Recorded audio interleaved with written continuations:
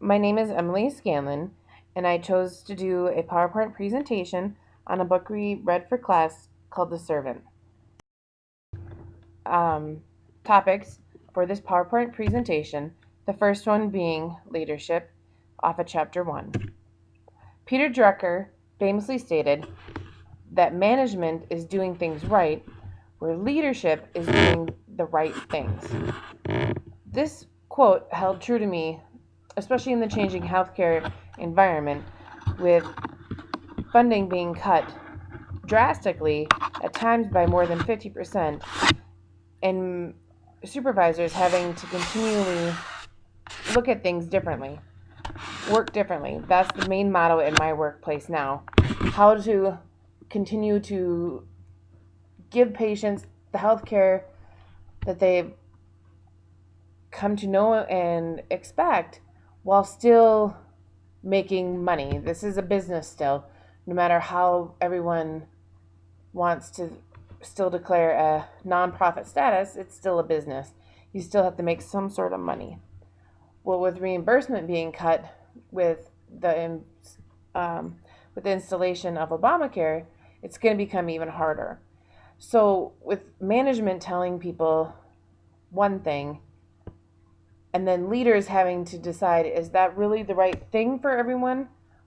So, either following that statement or doing what's right, either continuing with management's role or even at times going against it and doing what's right for the patients or right for the employees to make sure that everyone's happy, kosher, and continues to run smoothly.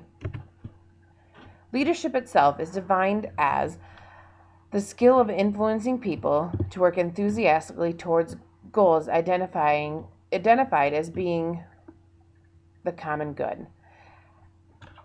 The common good is always such a hard thing, and not everyone can agree on what that common good is. Making sure that everyone understands that however people decide to work things out, it is important to know that someone always has to take responsibility for it. And having a great leader that isn't afraid to stand up, take that role, and move forward will show people that being there for them is important. And then being there and sticking up for them will hopefully in turn show the people that they want to be enthusiastic and get the jobs done. I have already stated that I've seen changes in our workplace through the healthcare changes. However, being a good leader, I currently use that leadership model of enthusiastically trying to make sure everyone is working towards a common goal when I teach new technicians. I am a teacher in the CNT program at Mayo, and I strive very hard to teach my new technicians to be hard workers and strive to complete the recording as accurately and as efficiently as possible, to hopefully, with the new rising healthcare costs and budget cuts and all that stuff, to hopefully make both ends meet. And so we have technicians that are great and yet helping the management meet that bottom dollar. You can also use this leadership model to inspire others by having a good work ethic and attitude that will eventually rub off others in the workplace. By doing right by yourself and being a good role model will eventually help everyone strive and do the right thing. I have found that being a positive attitude, having that positive attitude, can rub off on others. So being Debbie Downer doesn't help anything at all. By making sure that you are enthusiastic, despite how drab or dim the outlook may be, still might help make someone look at everything a little brighter.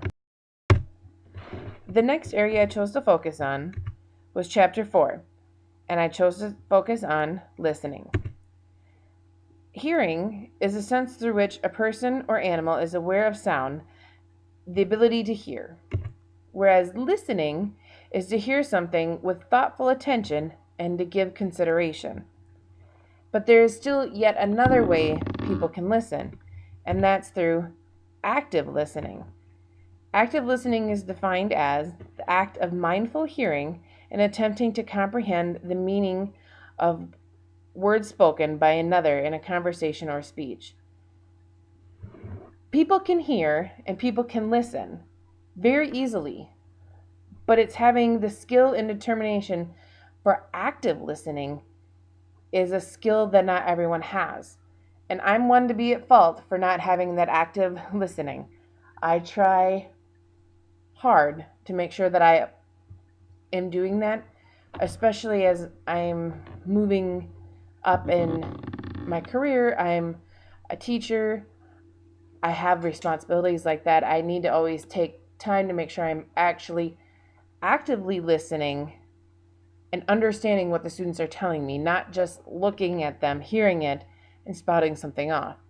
Actually taking what they say to me in, comprehending it, taking a moment to process the thought back, and then responding to them. Like I said, I'm not always perfect at this. My husband can attest to it. My children can. It is a skill. I'm always learning to apply it and put it forward.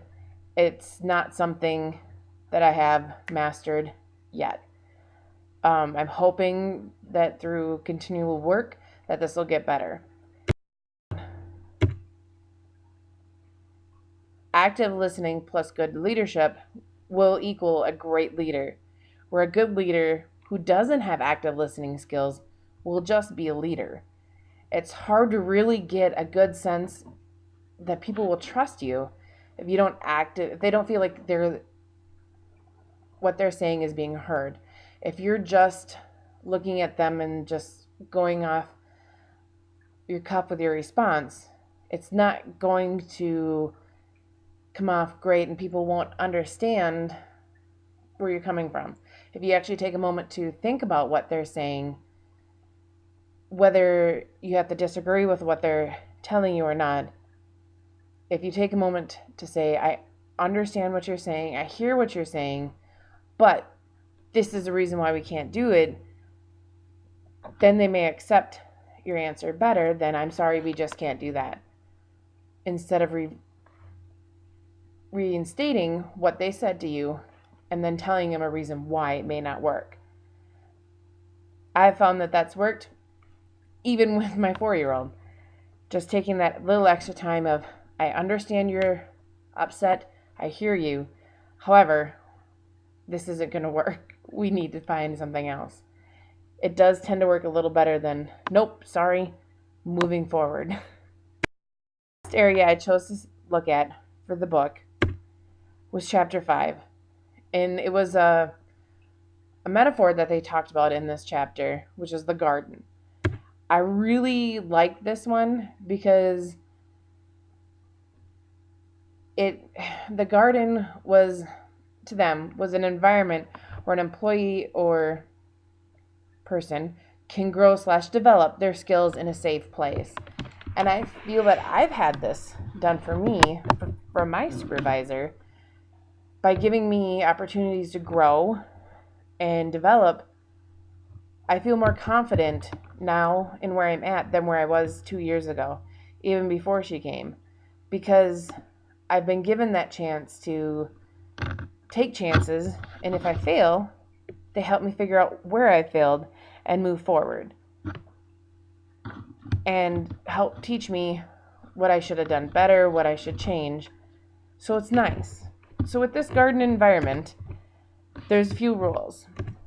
Don't try to pick or push the fruit/employee too fast.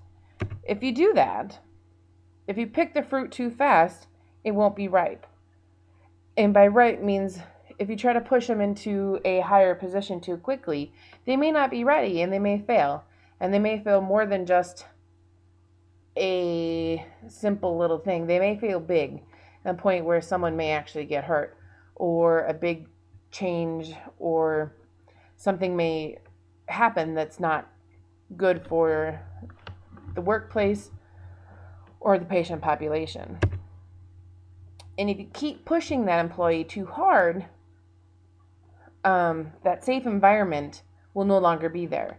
If you keep pushing, that garden of safe environment will eventually die, where the people won't feel empowered to keep staying there and keep trying new things and feeling like they can do that.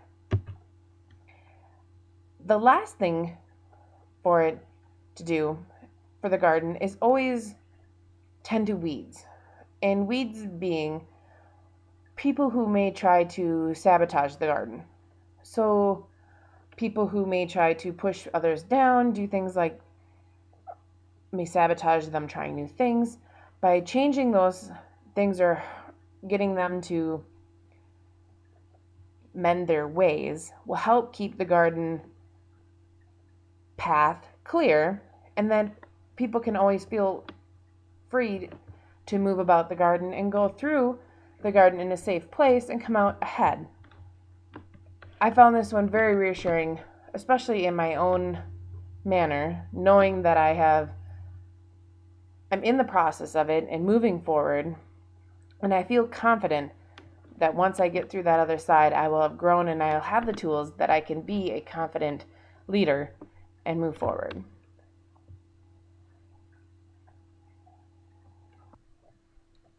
So in conclusion, always make sure you're the best leader you can be. Going outside the box for another is not a bad thing. And make sure you take the time to actively listen to your employees. When they know that you're taking that time, that little extra time to really listen to what they say, it'll make the employees really appreciate what you're doing, even if you have to say something that they don't appreciate. Making the workplace a safe environment for growth and development of employees is really key. Giving them a chance to grow and change and develop, you never know. You might end up making that next great supervisor. And who knows, maybe the next great CEO. Thank you for listening to my presentation.